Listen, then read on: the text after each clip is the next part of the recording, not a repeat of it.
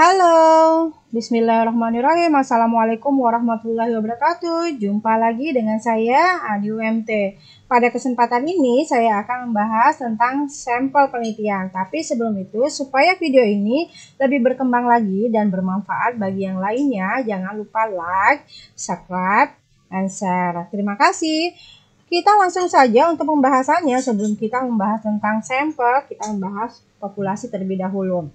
Populasi adalah seluruh unit atau subjek yang diteliti. Berarti subjek atau unit berupa individu, keluarga, puskesmas, rumah sakit, dan buku bisa kita jadikan populasi penelitian kita. Wilayah generalisasi yang terdiri atas objek, subjek yang mempunyai kuantitas dan karakteristik tertentu yang ditetapkan oleh peneliti untuk dipelajari dan kemudian ditarik kesimpulan. Ini adalah juga merupakan populasi. Nah, untuk penentuan populasi dibantu oleh 4 faktor, yaitu isi, satuan, cakupan, dan waktu. Misalnya suatu penelitian tentang putus obat anti tuberkulosis pada klien TB paru di rumah sakit X tahun 2020. Maka populasinya dapat ditetapkan dengan 4 faktor tersebut. Yaitu isinya itu semua klien TB paru, berarti satuannya adalah klien yang mengalami putus obat. Cakupannya adalah di rumah sakit X. Nah, waktu penelitiannya itu adalah tahun 2020. Nah, untuk populasi itu terbagi dua. Di sini populasi target dan populasi terjangkau. Idealnya populasi target dan populasi terjangkau di sini sebenarnya sama, tapi karena berbagai sebab maka populasi target dan terjangkau menjadi tidak sama. Nah, untuk populasi target atau target population itu sasaran akhir penerapan hasil penelitian. Populasi target merupakan jenis populasi yang telah ditentukan sesuai dengan permasalahan penelitian. Yang umumnya itu adalah karakteristik demografi dan karakteristik klinik. Nah, sementara populasi terjangkau atau achievable population, bagian populasi target yang dibatasi oleh tempat dan waktu. Nah, dipilih sampel yang terdiri atas subjek yang akan langsung diteliti, dibatasi oleh tempat dan waktu. Misalnya, untuk populasi targetnya adalah anak usia 5 tahun. Berarti untuk target untuk populasi terjangkaunya maksudnya kemampuan bahasa anak usia 5 tahun di Kabupaten X tahun 2020. Nah, misal kalau populasi targetnya itu adalah remaja pengguna narkoba, berarti populasi terjangkaunya adalah pengetahuan remaja pengguna narkoba di SMA X tahun 2020. Nah, begitu juga dengan populasi target pasien miokard infarkt berusia di bawah 50 tahun yang mengalami serangan infarkt berulang. Nah, teman-teman coba ya latihan untuk membuat populasi terjangkaunya pada pasien miokard infarkt ini. Nah, contoh lain itu adalah yang lebih dekat ya, berarti kita ya di UMT ya, mahasiswa UMT, saya bikin populasi targetnya itu adalah mahasiswa UMT. Nah, populasi terjangkaunya berarti mahasiswa Fakultas Kesehatan Program Studi Sarjana Perawatan UMT tahun 2020. Ya, seperti itu kira-kira teman-teman. Nah, tadi kita membahas populasi, sekarang kita membahas tentang sampel. Sampel adalah unsur-unsur yang diambil dari populasi, kemudian bagian subset dari populasi yang dipilih dengan cara tertentu sehingga dianggap dapat mewakili populasinya. Sampel juga bagian dari populasi yang menjadi objek penelitian atau sampel sendiri secara harfiah, berarti contoh. Nah, di sini untuk populasi dan sampel, kalau populasi keseluruhan dari unit di dalam pengamatan yang akan dilakukan. Sementara sampelnya sebagian dari populasi yang nilai atau karakteristiknya kita ukur dan yang nantinya kita pakai untuk menduga karakteristik dari populasi. Nah, di sini ada contoh ya, kita ingin mengetahui kadar HB ibu hamil di Kota Tangerang. Misalnya populasinya keseluruhan ibu hamil yang ada di Kota Tangerang. Berarti sampelnya adalah sebagian dari ibu hamil yang mewakili keseluruhan populasi ibu hamil di Kota Tangerang. Nah, sini ada teknik metode ya penentuan sampel. Ideal memiliki ciri-ciri. Pertama, dapat memberikan gambaran yang akurat tentang populasi. Yang kedua, dapat menentukan presisi. Yang ketiga, sederhana sehingga mudah dilaksanakan. Yang keempat, dapat memberikan keterangan sebanyak mungkin dengan biaya yang murah. Nah, ingat, presisi adalah standar error ya teman-teman. Presisi merupakan konsistenan dari nilai penaksiran. Nah, semakin seragam nilai dari suatu penaksir atau penaksiran, maka akan semakin baik presisinya. Dalam statistik, presisi dinyatakan dengan standar error. Jadi ketika standar error semakin kecil, maka penaksirnya makin baik. Nah, standar error di sini ya adalah akar dari nilai varian yang sudah dibagi dengan N ya. N ini adalah jumlah sampel. Ingat ya teman-teman, dibagi dengan nilai N ya, bukan nilai N dikurang 1. Standar error adalah standar deviasi dari rata-rata. Bila kita mempunyai beberapa kelompok data, misalnya 3 kelompok, maka kita akan mempunyai 3 buah nilai rata-rata. Bila kita hitung nilai standar deviasi dari 3 buah nilai rata-rata tersebut, maka nilai standar deviasi dari nilai rata-rata tersebut disebut nilai standar error ya teman-teman. Nah, simbol standar error untuk sampel di sini adalah SE. Nah, rumusannya itu ada 2 nih. Yang pertama ya SE ya, akar S kuadrat dibagi N, atau kita menggunakan SE sama dengan standar deviasi dibagi akar N. Nah, jikalau kita lanjutkan perhitungan kita di standar deviasi minggu yang lalu, ingat teman-teman, minggu yang lalu yang kita bahas tentang tendensi sentral, varian, dan perhitungan posisi ya. Kita lanjutkan perhitungan tersebut. Dan di sini saya tampilkan gambarannya. Ini adalah cara mencari varian, ini adalah cara mencari standar deviasi. Nah, kita menggunakan rumus yang pertama dulu ya teman-teman ya, yang SE standar deviasi dibagi ya akar N ya. Nah, kalau misalnya standar deviasi, berarti di sini standar deviasinya. Ini ya cara mencari standar deviasi. Kalau minggu lalu itu saya melakukan 7,9 aja ya teman-teman ya, supaya hasilnya lebih akurat gitu ya. Tolong tambahkan nanti kalau mencari standar deviasi, tambahkan 3 angka di belakang koma ya teman-teman. Nah, 7,905 dibagi ya akar 5. Nah, cara kalkulatornya bagaimana? Yang on ya, buka kurung, kemudian masukkan angkanya 7,905 dibagi, kemudian pencet angka atau lambang akar, kemudian pencet 5, tutup kurung ya. Hasilnya maka 3,535. Nah, cara yang kedua, rumus yang kedua itu SE akar teman-teman, S kuadrat ya dibagi N. N ini adalah sampel ya. Penerapannya S-nya ya. S-nya berarti varian ya teman-teman ya. Varian. Ini 62,5 ya. 62,5 dibagi 5. 5 ini adalah sampel kita. Kalau di sini 4 ya, karena dia N dikurang 1 ya teman-teman. Jadi ingat, bukan N dikurang 1 tapi N. Nah, ini jumlah populasi kita, jumlah sampel kita 1, 2, 3, 4, 5. Jadi 5 ya teman-teman. Kemudian sama dengan, nah cara kalkulatornya adalah on ya, kemudian pencet lambang yang bergambar akar, kemudian buka kurung 6, masukkan angkanya teman-teman, 62,5 dibagi 5, kemudian tutup kurung. Nah, hasilnya sekian ya, 3,535. Ingat teman-teman ya, tolong masukkan buka kurung dan tutup kurungnya. Nah, kalau misalnya teman-teman tidak memasukkan buka kurung dan tutup kurungnya, maka hasilnya akan berbeda teman-teman ya. Nah, di sini kita udah melihat ya gambaran 2 rumus yang berbeda tapi dengan hasil yang sama. Dengan demikian, data yang kita peroleh dapat disajikan menjadi 165 plus minus 3,535. Nah, ingat 165 ini adalah nilai rata-rata sampel kita ya teman-teman. Nah, silakan lihat video kita yang sebelumnya ya teman-teman. Nah, mengapa ada tanda plus minus digunakan dalam hal ini? Ya, jawabnya adalah karena kita menemukan nilai plus minus ya pada nilai deviasi. Nah, ini teman-teman nih saya kasih tanda nih ya teman-teman.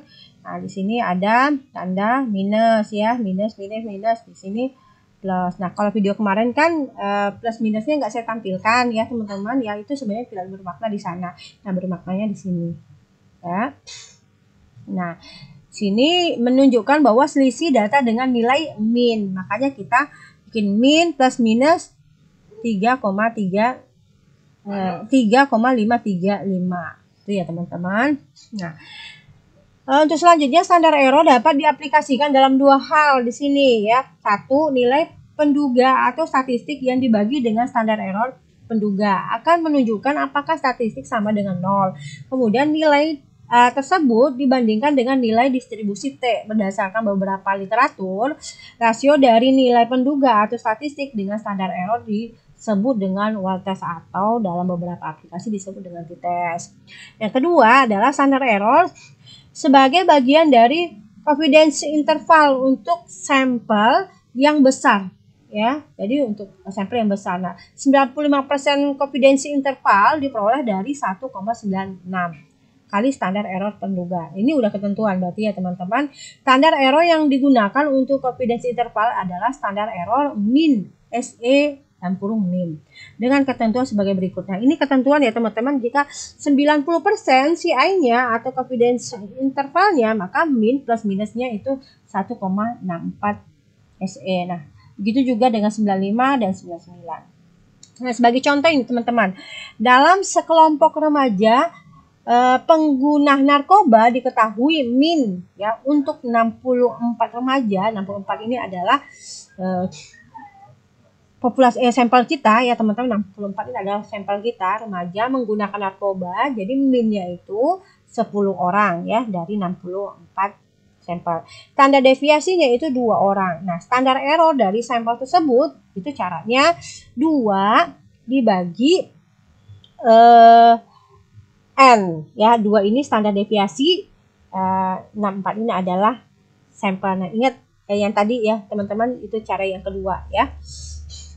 Rumus yang kedua, boleh teman-teman lihat di lembaran berikutnya. Maka hasilnya itu 2,25 dengan ketentuan 95% confidence interval dari min. Nah, kalau misalnya 95 ya CI-nya, maka ini di sini ya urutan yang ke B ya, kedua nih 25. Nah, caranya sama dengan 10, berarti 10 ini adalah minnya ya plus minus 1,96. 1,96 ini diambil dari standar errornya min ya 95. Nah, dikali 0,25. 0,25 ini dapat dari mana? Dari standar errornya, dari hasil perhitungan standar error ya teman-teman. Nah, hasilnya maka 10-nya kita pindahkan sini plus minusnya. Nah, penjumlahan 0,49 ini hasil penjumlahan dari 1,96 dikali 0,25. Hasilnya itu 0,49. Nah, sama dengan, nah dari mana dapat 9,51? Nah, ini hasil dari 10 dikurang 0,49. Maka hasilnya 9,51. Nah, 10,49 ini hasil dari penjumlahan 10 ditambah 0,49. Nah, ini ditulis dari 9,51 hingga 10,49. Begitu kira-kira teman-teman. Nah, standar error dapat diketahui dari nilai confidence interval dan selang interval. Dengan rumus ya, ini juga ketentuan ya teman-teman.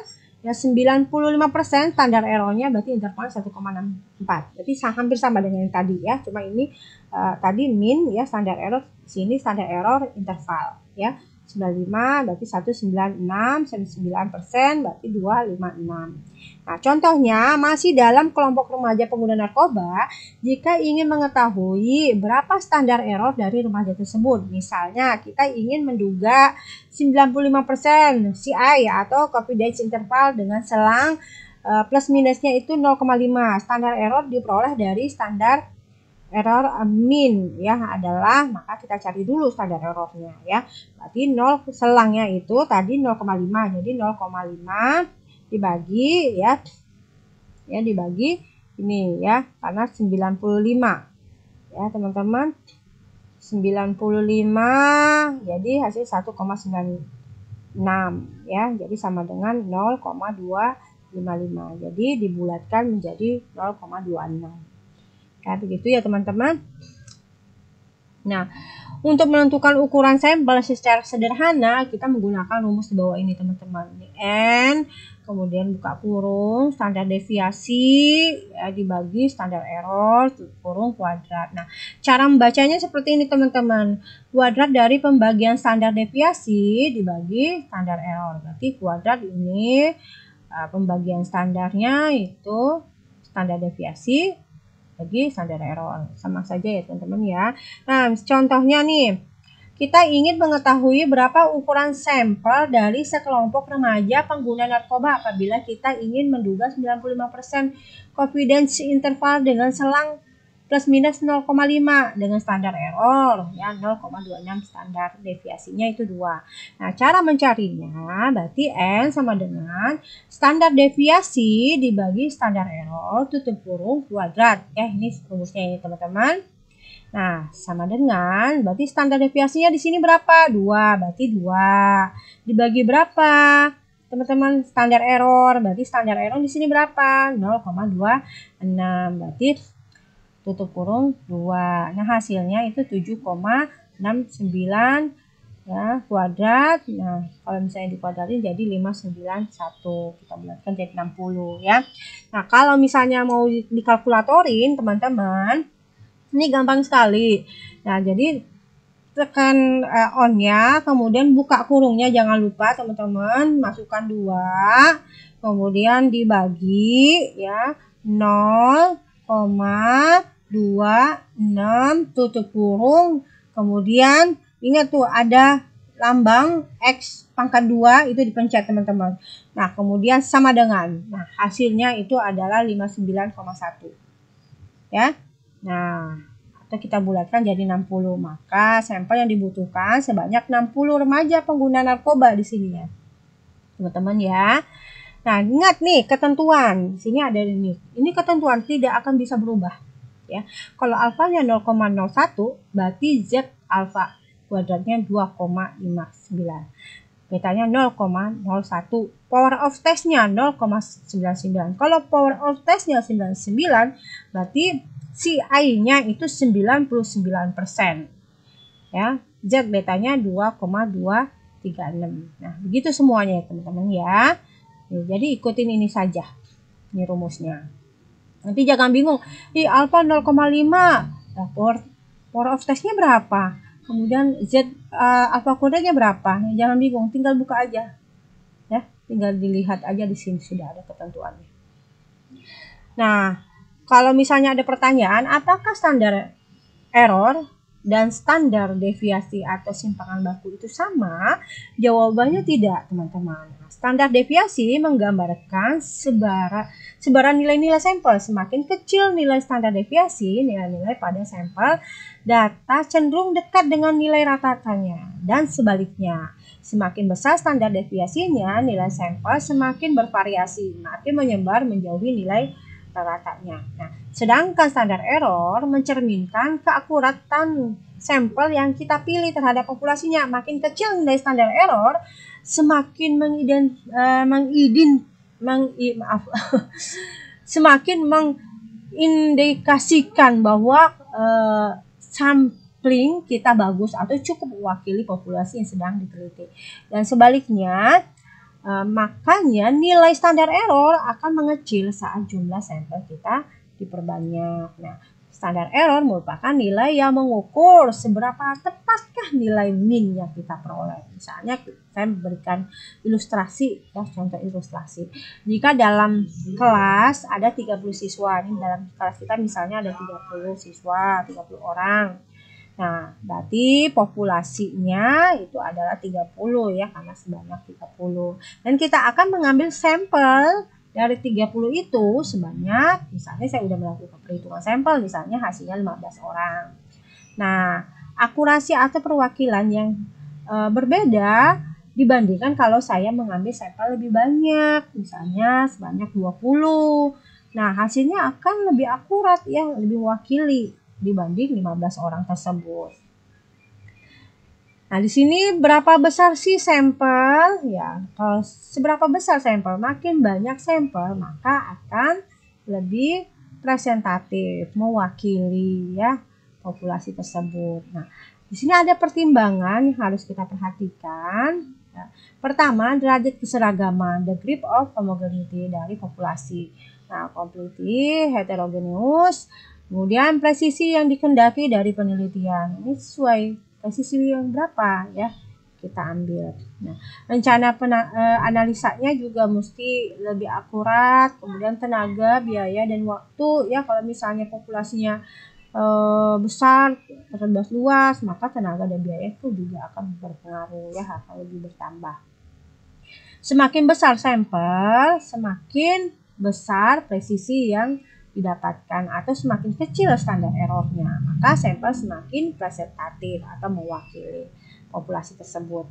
Nah, teknik atau metode penarikan atau pengambilan sampel di sini ada dua. Pertama, probability sampling atau random sampling. Kalau probability sampling di sini setiap unsur yang ada dalam populasi diberi kesempatan atau peluang yang sama untuk bisa diambil sebagai sampel. Misalnya saya mau melakukan penelitian pada mahasiswa UMT. Berarti semua mahasiswa UMT baik fakultas manapun ya, semua fakultas itu mempunyai peluang akan menjadi sampelnya saya. Nah, kalau misalnya non probability sampling, atau non random sampling, misalnya setiap unsur yang ada dalam populasi tidak diberi kesempatan atau peluang yang sama untuk bisa diambil sebagai sampel. Nah, kalau saya fokuskan, saya akan mau melakukan penelitian pada mahasiswa Fakultas Kesehatan, khususnya program pendidikan sarjana keperawatan. Nah, maka semua ya fakultas yang lain tidak akan punya peluang dalam penelitian saya. Jadi hanya fakultas keperawatan, fakultas kesehatan, program studi sarjana keperawatan lah yang mempunyai peluang menjadi sampelnya saya.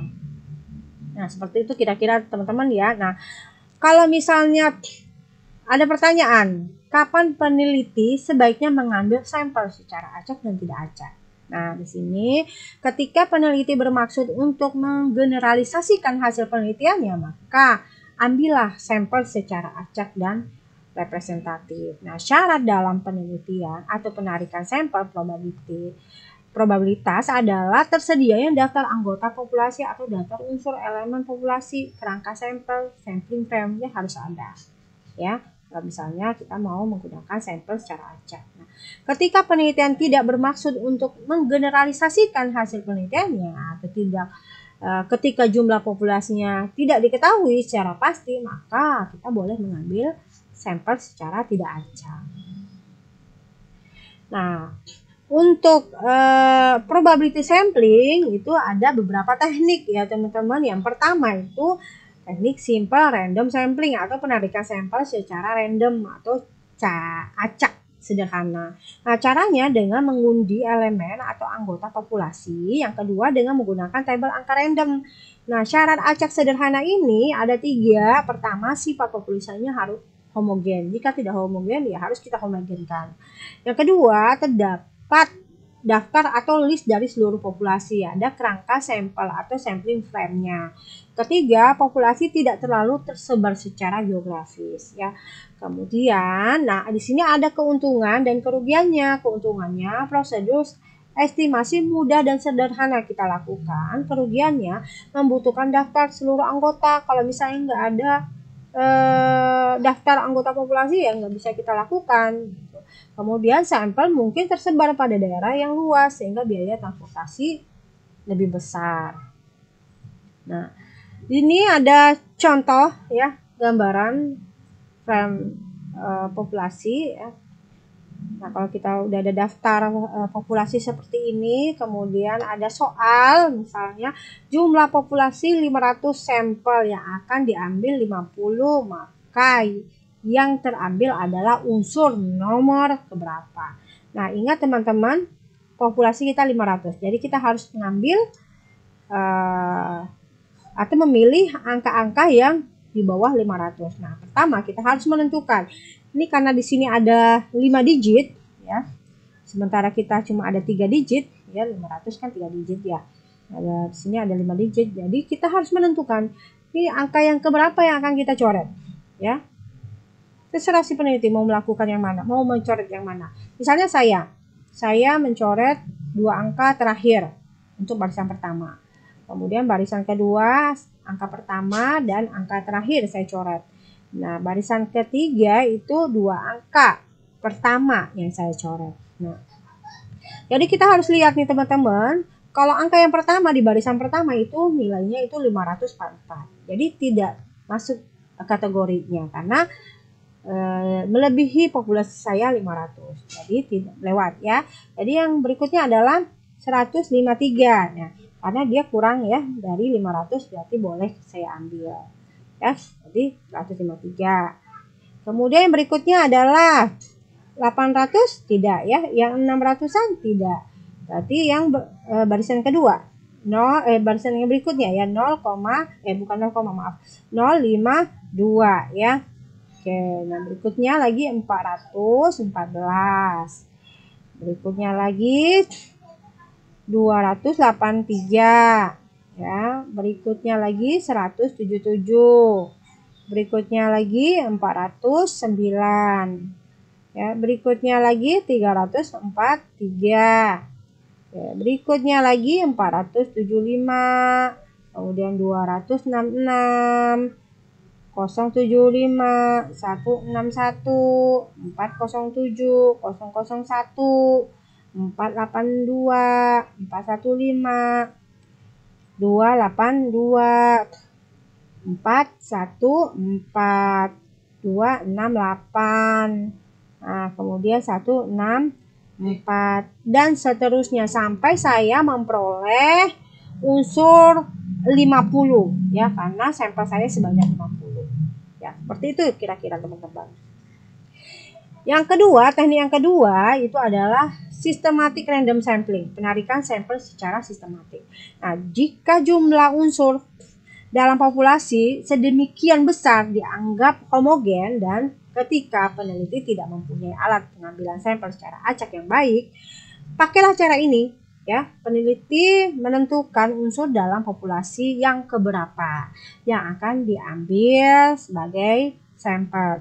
Proses pengambilan sampel setiap urutan KI dari titik awal yang dipilih secara random, di mana I adalah jarak atau interval. Misalnya nih, rumus I sama dengan N ya, jumlah anggota populasi dibagi N jumlah anggota sampel. Misalnya populasi saya 300. Nah, kemudian saya udah melakukan perhitungan, ternyata sampel saya 100. Nah, hasilnya 300 bagi 100 itu adalah 3. Berarti interval saya adalah 3.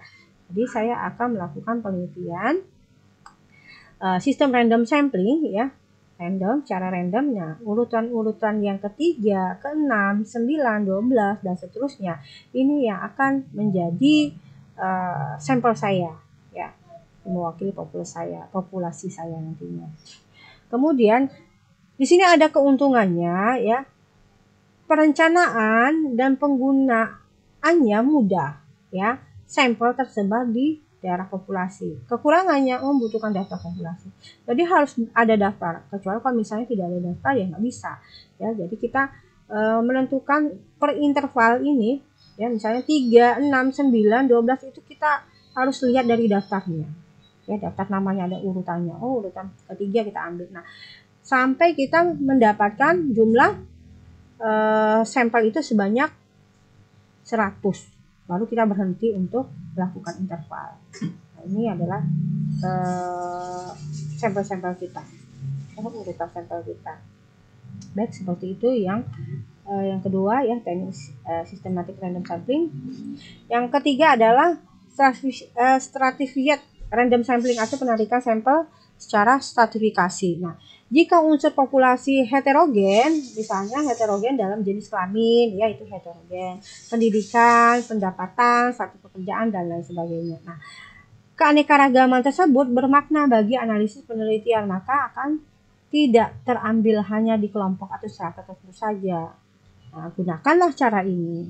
Nah, misalnya nih, saya kasih contoh, misalnya kita meneliti keadaan gizi anak sekolah taman kanak-kanak ya di kota Tangerang, ya berarti usianya itu antara 4 sampai 6 ya, berarti lebih dari 4. Ya, kondisi taman kanak-kanak di kota Tangerang itu sangat berbeda ya, sangat bervariasi, heterogen. Ada yang baik, ada yang sedang, ada yang kurang ya kondisinya. Nah, misalnya yang baik ini ada 20 TK, yang sedang itu 50 TK, sementara yang kurang itu 30 TK. Nah, saya udah melakukan perhitungan sampel misalnya ya, karena saya lihat misalnya populasi TK di kota Tangerang itu ada 100. Kemudian saya melakukan perhitungan dan hasilnya misalnya itu 25 yang harus menjadi sampel saya. Maka saya akan mengambil per kelompok ini sebanyak 25%. Jadi kelompok A 25%, kelompok B 25%, kelompok C itu 25%. Nah, setelah dihitung-hitung maka hasilnya 5 kelompok ya. Dari mana 5 kelompok? Ya dibagikan aja gitu, 20 TK ya, berapa persen? 25% dari 20 TK itu berapa? Berarti 5 ya. Kemudian 25% dari 50 TK berarti antara 12 sampai 13. Nah, 25% dari 30 TK 7 sampai 8 kelompok ya TK. Nah, secara random karena subpopulasinya sudah dianggap homogen di sini ya, karena udah ada perwakilan ya. Karena besarnya juga sama 25% masing-masing. Nah, ini udah bisa kita lakukan penelitian ya, mewakili populasi kita ya, menjadikan sampel kita. Nah, syarat stratified random sampling di sini ada 3. 1, kriteria yang jelas untuk menstratifikasinya. Kedua, ada data pendahuluan mengenai kriterianya. Ketiga, diketahui jumlah tiap lapisan. Nah, keuntungannya, taksiran mengenai karakteristik populasi lebih tepat. Kemudian, kerugiannya dapat populasi setiap strata diperlukan jika daerah geografisnya luas, biaya transportasinya tinggi. Nah, yang keempat, tekniknya cluster sampling, penarikan sampel berkelompok.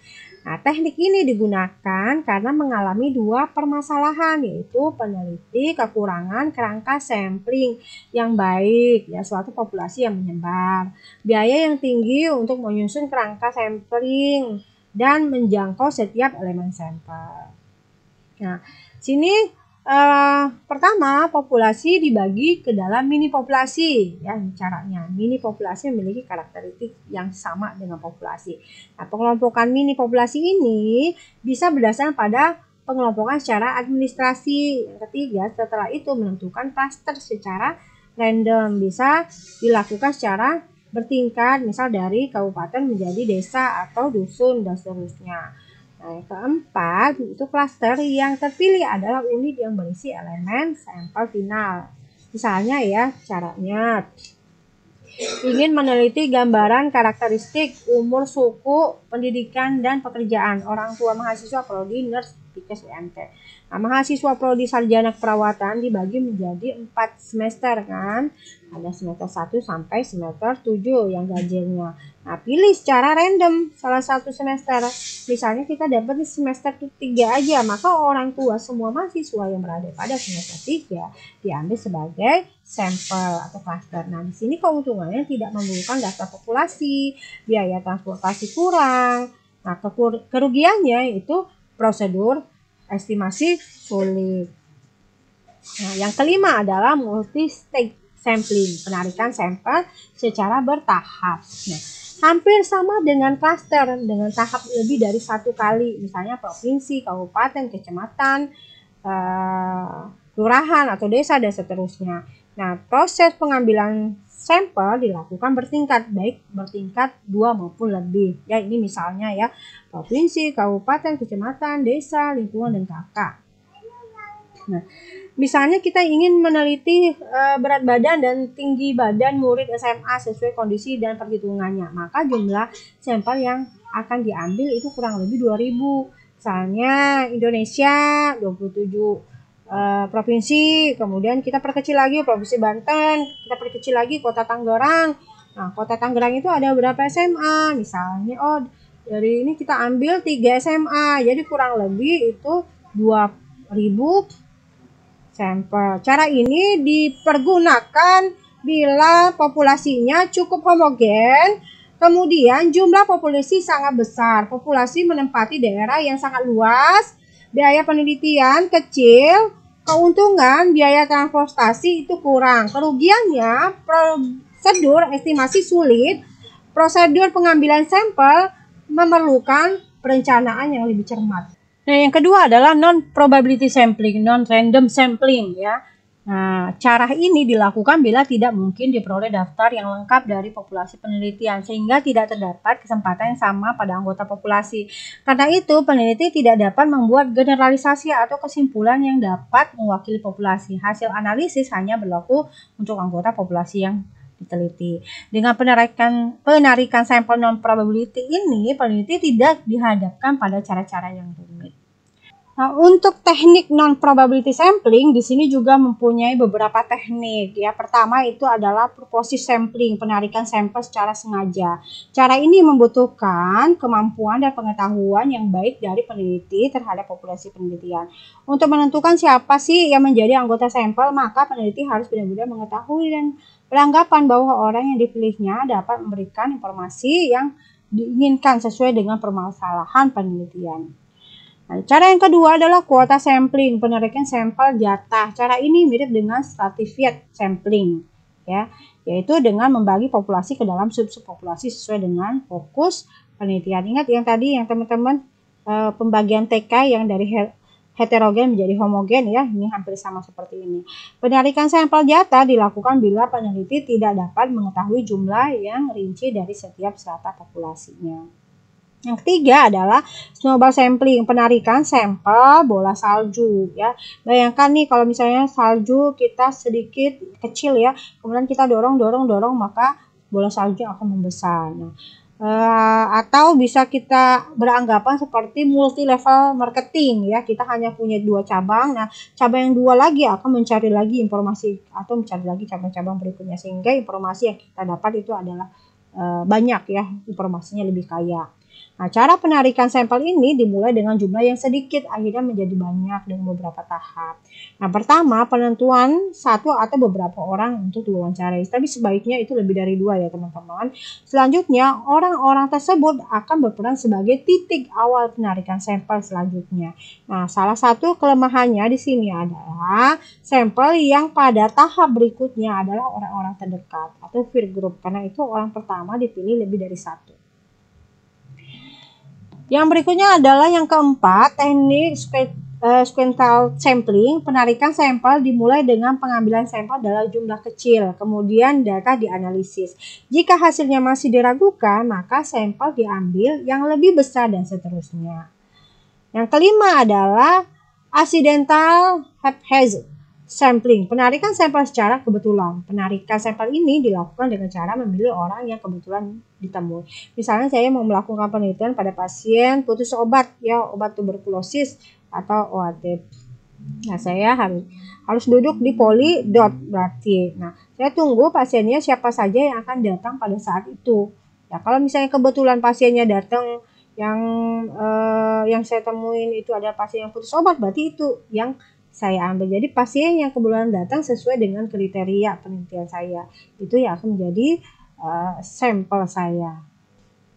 Nah, untuk menentukan ukuran sampel yang harus kita perhatikan itu ada 2 syarat. Ukuran populasi kita kasih lambang N ya, itu harus diketahui. Nah, pilih taraf signifikasi alfa yang diinginkan. Jadi taraf signifikan alfanya berapa? Mau 5%, 10%, 1% ya. Nah, jadi harus ada taraf signifikasinya. Nah, kemudian ada 3 metode praktis yang bisa kita gunakan. Sebenarnya kan banyak ya teman-teman, tapi penerapan di sini saya akan membahas hanya 3. Pertama, tabel Krabbe, yang kedua nomogram Henke, yang ketiga adalah rumus Lovin. Nah, kita bahas satu persatu yang teman-teman itu tabel Krabbe. Nah, sebelum kita masuk tabel Krejci, ini saya tampilkan ya. Ini ketentuan ya. Nah, kalau misalnya alfa, ini alfa, taraf of signifikan alfa-nya itu 0,01, berarti power of tesnya itu 0,99. Berarti si I-nya itu 99%, Z alfa kuadratnya 2,576, betanya 0,01, Z betanya 2,236. Nah, begitu selanjutnya ya, tergantung taraf of signifikan alfa yang mana yang digunakan. Jadi tinggal dicari ya urusannya aja ya teman-teman, ya sejajarnya aja. Nah, ini adalah tabel Krejci untuk menentukan ukuran sampel minimum pada taraf signifikan alfa. Jadi di sini ada 3 alfa diterapkan oleh Krejci, yaitu alfa 1%, 5%, 10% ya. Kalau 1% berarti alfanya 0,01, 5% berarti alfanya 0,05 maksudnya maaf, tambah 10% berarti alfanya 0,10. Nah, sini adalah populasinya. Ini adalah populasi ya teman-teman. Ini populasi. Nah, ini adalah taraf signifikasinya. Ya, taraf signifikasi alfanya 1%, 5%, 10%. 1%, 5%, 10%, 1%, 5%, 10%. Nah, kalau misalnya saya menggunakan atau mempunyai populasi 80, ya, saya menggunakan taraf of signifikasi alfa 0,0. Ya, berarti persentasi atau taraf signifikannya itu 1% ya. Kalau misalnya saya menggunakan populasi saya 70, berarti sampel saya 71. Ya, tanpa perhitungan, udah ada tabelnya ya. Jadi tinggal lihat dari tabel saja. Kita lihat udah ada ketentuannya langsung. Nah, begitu juga kalau misalnya saya menggunakan populasi, saya mempunyai populasi 700, saya menggunakan taraf signifikasi alfanya 5%, berarti 0,05 ya. Berarti kalau 700 berarti sampel saya 233. Nah, begitu juga kalau misalnya saya mempunyai populasi 200.000 menggunakan taraf of signifikasi alfanya 10%. Nah, berarti sampel saya itu 270. Nah, untuk menentukan kita menggunakan 1%, 5%, 10% itu tergantung si peneliti mau menggunakan taraf signifikasi alfa yang keberapa, alfa yang mana ya. Nah, makin kecil taraf signifikasi alfanya maka lebih akurat ya, lebih akurat atau lebih mewakili ya populasi. Kalau makin besar ya akan lebih kecil. Ya, begini ya kira-kira ya teman-teman untuk tabel Krejci. Nah, untuk nomogram Harry King ini gambarannya seperti ini ya. Nah, sebenarnya ada yang lebih bagus lagi tapi saya tidak menemukan ya. Nah, di sini sebenarnya ada garis-garis kecil seperti ini ya supaya kita bisa menghitung berapa sih jumlah persentase populasi yang diambil sebagai sampel kita di sini. Nah, ini adalah persentase populasinya, ini adalah tingkat kesalahan ya dalam persentase. Ya. Nah, ini adalah populasi ya. Nah, misalnya nih populasi 200 bila yang dikehendaki kepercayaannya misalnya 95%, maka kesalahannya itu adalah 5% ya. Jadi 100 dikurang 95 berarti 5 ya, itu 5%. Nah, kita tinggal tarik aja dari 200 populasi, kita cari di mana 200 ya. Nah, ini 200, kita cari aja 200, berarti tingkat kesalahannya ya kebalikannya dari tingkat kepercayaan ya, berarti 5% ya. Nah, kita tarik aja dari 200 ke 5. Nah, maka kita akan ditunjukkan angka 50-60 ya, berarti persentase populasi yang akan kita ambil sebagai sampel itu antara 50 sampai 60. Nah, sebenarnya kan udah ada gambaran garis-garis kecil-kecil seperti ini ya, jadi kita bisa menghitung. Jadi kita gambarkan misalnya kita temukan angka 58 ya, perumpamannya 58 di sini ya, karena kita nggak ada garis-garis kecilnya. Nah, jadi karena di sini 58, karena ini kan 58 kan persentase nih teman-teman. Jadi kita hilang persentasenya jadi 0,58 jadinya ya. Nah, dikali 200. 200 ini adalah populasi. Nah, hasilnya 116 sampel ya dalam penelitian kita dari 200 populasi. Nah, selanjutnya contoh kedua, populasi 800 bila yang dikehendaki kepercayaannya misalnya 90%, maka kesalahannya itu adalah 10% ya. Jadi 100 dikurangi 90 berarti 10 ya. Nah, 10 kita tarik dari angka 800 ke 10 ya. Nih, karena persentase 10%. Maka kita akan menemukan persentase populasi yang diambil sebagai sampel kita antara 5 sampai 10 ya. Nah, misalnya kita tentukan maka angkanya itu 7,5 misalnya. Nah, kalau 7,5 berarti cara perhitungannya itu 0,075 dikali 800 ya. Hasilnya 60 orang. Sampel dalam penelitian kita yang mewakili 800 populasi. Nah, seperti itu teman-teman ya. Nah, selanjutnya untuk rumus Slovin. Nah, sebenarnya untuk rumus Slovin ini hanya digunakan apabila populasinya itu lebih dari 100 ya teman-teman ya. Kalau misalnya kurang dari 100 yang lebih baik menggunakan perhitungan sampel total sampling ya. Lebih menggunakan total sampling karena kalau sudah 100 mau dikecilin lagi menggunakan rumus Slovin ya sepertinya ya kurang pas ya teman-teman ya, sebaiknya menggunakan total sampling. Nah, misalnya untuk rumus Slovin ya, rumus Slovin ini untuk menentukan ukuran sampel minimal berarti kita kasih lambang N. Jika diketahui ukuran populasi N besar pada taraf signifikasi alfa, maka rumusnya ini adalah N sama dengan N besar ya populasi dibagi 1 ditambah N besar populasi alfa kuadrat. Nah, contohnya, berapa ukuran sampel minimum yang harus diambil dari populasi yang berukuran 1000 dengan taraf signifikan alfanya 0,05, yang kedua 45.250 dengan taraf signifikannya itu 0,01. Nah, itu jawaban pertama yang A itu N-nya itu 1000 ya, sesuai dengan soal, dibagi 1 ditambah 1000 ya, terus dikalikan 0,05. Ya, tutup kurung kuadrat. Nah, caranya itu pertama dengan menggunakan kalkulator, buka kurungnya 2 kali teman-teman. Ya, kemudian masukkan angka 1000-nya, kemudian tutup kurung lagi, kemudian dibagi, kemudian buka kurung, teman-teman. Masukkan angka 1, kemudian ditambah, masukkan 1000, kemudian buka kurung, teman. Nah, masukkan angka 0,05, tutup kurung, kemudian pencet tanda X pangkat 2 di kalkulator, kemudian tutup kurung, maka hasilnya 285,7 sekian. Kita bulatkan jadi 286. Nah, untuk cara yang kedua itu sama ya. Populasinya 45.250. Nah, kalau cara perhitungannya itu di kalkulator itu titiknya dihilangkan. Jadi 45250 saja. Nah, teman-teman ya. Nah, buka kurung 2 kali ya. Jadi kalkulatornya dulu on, buka kurung 2 kali. Kemudian masukkan angka 45250.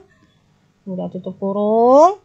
Kemudian dibagi, buka kurung lagi, 1 ditambah 45250, kemudian buka kurung, 0,01, tutup kurung, kuadrat, yang tanda X pangkat 2 itu loh teman-teman. Kita dipencet sekali saja, kemudian tutup kurung, kemudian sama dengan ya. Nah, hasilnya maka akan timbul di layar kalkulator teman-teman itu 8,190 sekian. Nah, kita bulatkan 8,191. Nah, yang berikutnya itu adalah masih contoh Slovin ya. Jika dari populasi berukuran N ya, lanjutan yang A tadi ya, soal yang A itu 1000 diketahui bahwa 25% berpendidikan SLTA, ya ini 25%. Kemudian diploma itu 15%, ya. Ini kemudian 40% itu yang S1, ya. Nah, S2 dan S3 itu 20%. Ya, maaf ini 5 ini persen salah.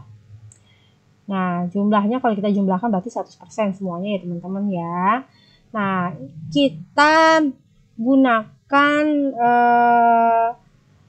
rumus Lovin pada taraf signifikasi 0,05 ya alfanya. Maka secara proporsional ukuran sampel untuk masing-masing tingkat pendidikan adalah sebagai berikut. Nah, kalau misalnya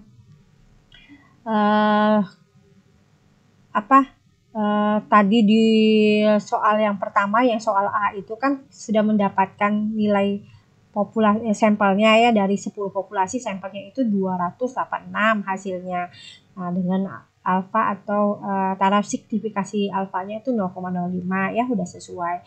Jadi kita tinggal kalikan saja dengan persentase jumlahnya. Kalau misalnya SLTA 25%, ya udah dikalikan aja 25% dikali 286, maka hasilnya adalah 71,50, maka pembulatannya 72.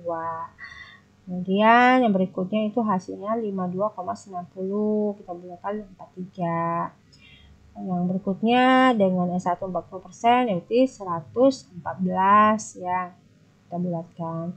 Kemudian yang S2 dan S3 20%, berarti hasilnya 57,20, kita bulatkan 57 ya. Nah, jumlahnya kan sama ya teman-teman ya, jumlahnya ya 286 sesuai dengan jumlah sampel ya kita ya, dan hasil yang A-nya dari populasi 1000 dengan taraf signifikasinya 0,05. Nah, baik, untuk selanjutnya ukuran sampel, besar sampel, estimasi proporsi ya, proporsi. Nah, populasi infinity ya berarti tidak diketahui ya populasinya. Nah, kalau misalnya populasi diketahui berarti infinity ya. Nah, kalau populasinya tidak diketahui berarti kita menggunakan rumus yang ini ya. N sama dengan Z alfa kuadrat. Ya, ingat ya ketentuannya teman-teman ya, kalau Z alfa kuadrat kemudian dikali Pi dikali Q dibagi D kuadrat. Nah, sementara untuk populasi infinity atau diketahui itu ada N ya, N itu ada populasi ya. Nah, kemudian kalau ini hampir sama ya teman-teman, tinggal tambahkan N aja di depannya ya. Kemudian dibagi D kuadrat ya, dikali N populasi dikurang 1, kemudian ditambah Z kuadrat P dikali Q ya, ini rumusannya. Nah, ini dimana N besar sampel, N kecil itu besar sampel, P-nya itu adalah estimator proporsi populasi jika tidak diketahui dianggap 50%. Nah, kalau misalnya nggak ada di soal, nggak ada tuh estimasi proporsi populasi, ya udah kita bulatkan jadi 50% ya. Kemudian Q-nya 1 dikurang P, berarti 100% dikurang P. Z alfa kuadratnya harga kurva normal yang tergantung pada harga alfa. Jadi disesuaikan. Kalau misalnya alfa 0,05, jadi lihat ketentuannya teman-teman ya. Ketentuan yang di tabel yang putih tadi. Kemudian N-nya besar unit populasi ya.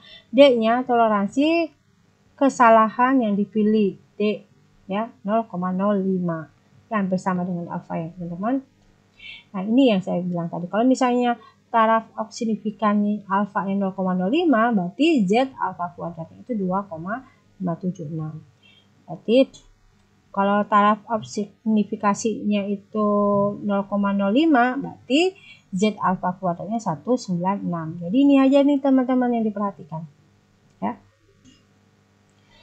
Nah, jika diketahui, ini soal langsung ya, jika diketahui N sama dengan 500 ya, populasi kita itu ada 500 dengan menggunakan taraf signifikasi alfanya 0,05, maka Z kita di sini ya, ini 0,05, maka Z alfa kita itu adalah 1,96 ya teman-teman.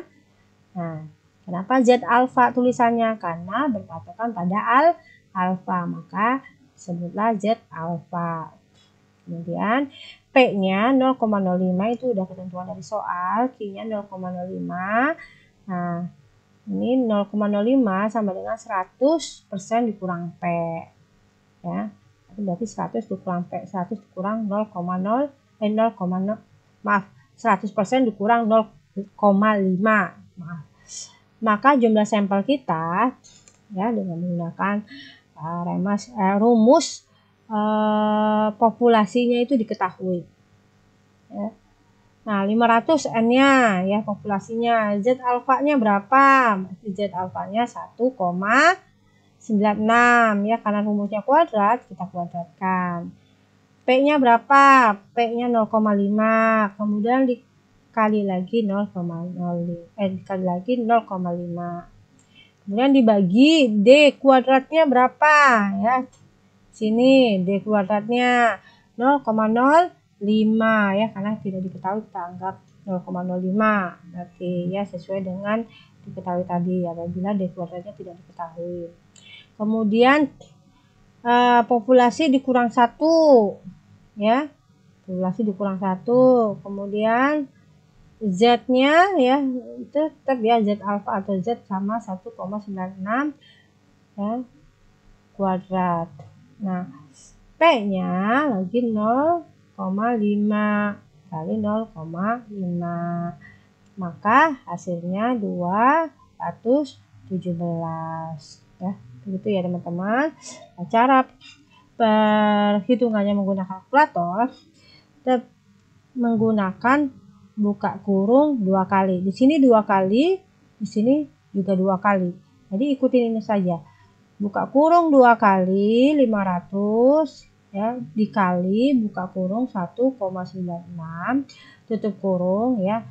Pencet tanda X pangkat 2 dikali buka kurung 0,5 tutup kurung buka kurung lagi 0,5 tutup kurung.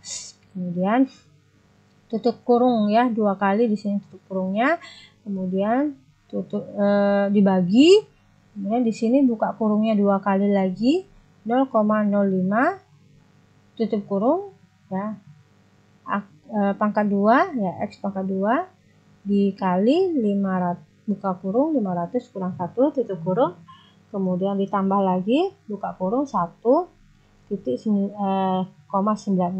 tutup kurung pangkat 2 ya, kemudian dikali buka kurung 0,5 tutup kurung buka kurung 0,5 tutup kurungnya 2 kali baru sama dengan. Nah, hasilnya itu 217. Nah, begini kira-kira ya gambarannya teman-teman untuk kasus apabila populasinya diketahui menggunakan rumus Lovin. Nah, ini untuk menggunakan rumus yang tidak diketahui. Nah, yang tidak diketahui silahkan dicoba sendiri ya teman-teman. Nanti saya cek apakah cara teman-teman sudah benar atau tidak. Nanti saya bikin gambaran lagi ya, video pendek ya untuk cara mengerjakan latihan perhitungan Slovin yang populasinya tidak diketahui. Nah, untuk sekarang ini silakan teman-teman kerjakan sendiri ya. Nah, latihannya ya seperti biasa ditulis tangan ya. Ini secara individu teman-teman. Tulis tangan di buku masing-masing, kemudian difotokan, kemudian dijadikan satu file apakah PDF atau doc atau dokumen ya. Akan kemudian di-share di tugas individu ya. Gitu ya teman-teman. Nah, baik, itu saja yang dapat saya sampaikan. Jadi hanya untuk tugas individu saja, tidak ada tugas kelompok untuk kali ini. Nah, silakan dikerjakan masing-masing dengan jujur ya. Latihan sendiri tanpa mencontek atau melihat hasil perhitungannya teman-teman yang lainnya ya. Jadi percaya diri sendiri. Terima kasih atas perhatiannya. Lebih dan kurangnya saya mohon maaf. Sebelum saya akhiri, supaya video ini lebih berkembang lagi dan bermanfaat bagi yang lainnya. Jangan lupa like, subscribe, and share. Saya akhiri, wassalamualaikum warahmatullahi wabarakatuh.